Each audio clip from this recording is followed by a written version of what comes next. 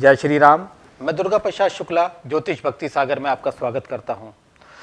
तो आज जो मैं आपको टॉपिक बताने वाला हूं, जो विषय बताने वाला हूं, बड़ा गूढ़ विषय है। कहते हैं कि साल में 365 दिन होते हैं, लेकिन विशिष्ट कुछ ऐसा समय आता है कि वो केवल एक ही समय के लिए निर्धारित होता है। जैसे मैंने बताया कल की जो महाशिवरात्रि है, महाशिवरात्रि पर्व में सबसे पहले चरण में आजकल असमंजस में रोग जाते हैं कि हम कैसे प्रसन्न करें, हमें क्या चीज अगर हम करें कि भगवान शिव हम पे प्रसन्न हो जाएं, ऐसी कौन सी वस्तु चढ़ाएं कि भगवान शिव हम पे प्रसन्न हो जाएं, कि हमारे दोष भी कट जाए और हमारी कामना भी पूर्ण हो जाए। तो कामना पूर्ति के लिए अलग अलग प्रावधान में अलग अलग चीजों का ही महत्व होता है। तो इसमें मैं आज आपको जो बताने वाला हूं कि जो कल शिवरात्रि जो पर्व पड़ेगा उसमें भगवान शिव को किस प्रकार से आप प्रसन्न कर सकते हैं। भगवान शिव को प्रसन्न करना बहुत सहज आसान है, क्योंकि कहते हैं जो सबसे सुलभ भगवान, कहते हैं 3 देवता हैं, तीन भगवान की जो श्रेणी में आते हैं, तो जो श्रेणी में भगवान शिव है सबसे दयालु देवता में भगवान माने जाते हैं, तुरंत ही फल देने वाले। आप किसी की पूजा करेंगे, कुछ याचना करेंगे तो आपको कुछ मिले ना मिले, लेकिन भगवान शिव को थोड़े समय में करने से आपको बड़े फल की प्राप्ति हो जाती है। तो आज जो मैं आपको बताने वाला हूं कि जो आपकी जिस प्रकार की कामना है, आप उसको पूर्ण करने के लिए किस प्रकार की वस्तु से भगवान शिव को प्रसन्न करें। तो पंचामृत तो आजकल आपने सुना होगा कि दूध, दही, शहद, बूरा और घी, ये 5 चीजें मिला के पंचामृत बनता है। पंचामृत है 5 अंग।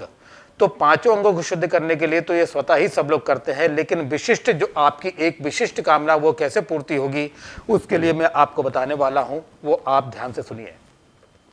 भगवान शिव की जो कहते हैं कि इच्छा पूर्ति करने के लिए जो आपको अलग अलग वस्तु हैं, अलग अलग प्रकार की वस्तुओं से कैसे प्रसन्न करेंगे। सबसे पहले चरण में आता है आपका दूध।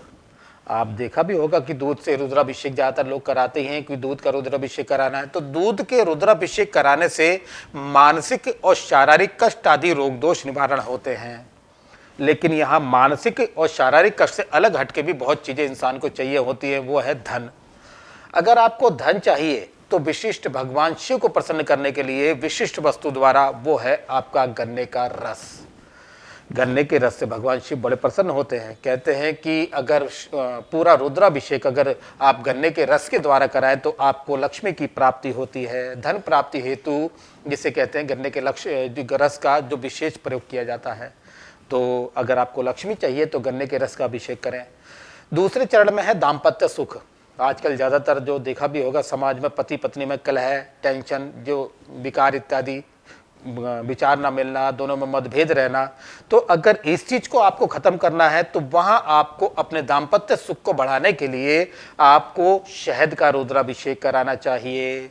शहद का रुद्राभिषेक कराने से आपकी ग्रस्त पति पत्नी संतान इत्यादि आपके घर में जो कहते हैं ना प्रेम इत्यादि और ग्रस्त सुख में वृद्धि होती है। तीसरे चरण में जो मैं आपको चीज बता रहा हूं वो आपने सुना, पहला दूध, शहद, आपका गन्ने का रस है। और गन्ने के रस के बाद आपको जो वस्तु आती है उसमें आपका है तेल। कहते हैं कि कई आदमी ऐसे हैं जो उनकी दुकान चलते चलते बंद हो जाती है, कभी कोई काम होते होते अटक जाता है। इसे हम कहते हैं नजर हाय, किसी प्रकार का शत्रु दोष। कुंडली में कई प्रकार के दोष होते हैं, लेकिन उसमें शत्रु दोष जो होता है उसको शमन करने के लिए, भगवान शिव को प्रसन्न करने के लिए, अगर आपको शत्रु पे अपनी विजय प्राप्त करनी है, काम धन व्यापार आपका निरंतर चलता रहे, कोई अड़चन ना आए, तो आप सरसों के तेल का रुद्राभिषेक कराएं। सरसों के तेल से शनि बड़े प्रसन्न होते हैं। भगवान शिव पे अगर सरसों का तेल चढ़ता है तो शनि देव बड़े प्रसन्न होते हैं, उसके साथ भगवान शिव भी बड़े प्रसन्न होते हैं और आपके शत्रुओं का मर्दन कर देते हैं। चाहे वो किसी प्रकार का शत्रु हो, चाहे काम धंधे से इत्यादि किसी प्रकार का जो दोष इत्यादि होता है, शत्रु दोष, वो समाप्त हो जाता है। अब सबसे पहले चरण में आता है शारीरिक कष्ट, असाध्य रोग। कभी कभी ऐसे भी देखा है कि आप ज़्यादा देर बैठ नहीं पाते, ज़्यादा देर खड़े नहीं हो पाते, या आपको ऐसा रोग है जिसकी दवा इत्यादि आप चलती रहती है, चाहे वो आज की दुनिया में छोटी मोटी जो कहते हैं ना है तो बहुत बड़ी, लेकिन एक आम चीज़ हो गई है, जैसे शुगर है, थायराइड है, आपका माइग्रेन है, या नाना प्रकार के आपको जो शारीरिक कष्ट रहते हैं, उस कष्ट निवारण हेतु आपको जो विशेष भगवान शिव को प्रसन्न करने के लिए आपको गिलोय के रस का विशेष अभिषेक करना चाहिए। गिलोय इत्यादि एंटीबायोटिक जड़ी बूटियों में से पदार्थ है। कहते हैं ना कि जो गिलोय है उसका रस इत्यादि हम पीते भी हैं। कभी अगर बुखार हो जाए या कोई चीज़ हो जाए, हड्डी विकार, नेत्र विकार इत्यादि कोई भी शरीर के विकार को खत्म करने के लिए एक आप जिसे कहते हैं भगवान शिव को भी प्रसन्न करने के लिए आप गिलोय के रस का अभिषेक करें। गिलोय के रस से आपके शरीर के रोग इत्यादि चाहे किसी प्रकार का रोग हो स्वतः धीरे धीरे ही समाप्त हो जाता है।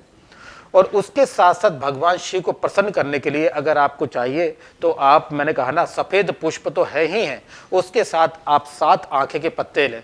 7 आंखें के पत्ते लीजिए, उससे सूर्य बलवान होता है। कहते हैं कुंडली में सबसे पहले 3 ही ग्रह ऐसे हैं जो अगर जिसके मजबूत हो जाए तो वो कहीं भी खड़ा हो, कहीं क्षेत्र में खड़ा हो, वो अपनी प्रशंसा और यश और अपने कर्म के द्वारा सबको जीत लेता है।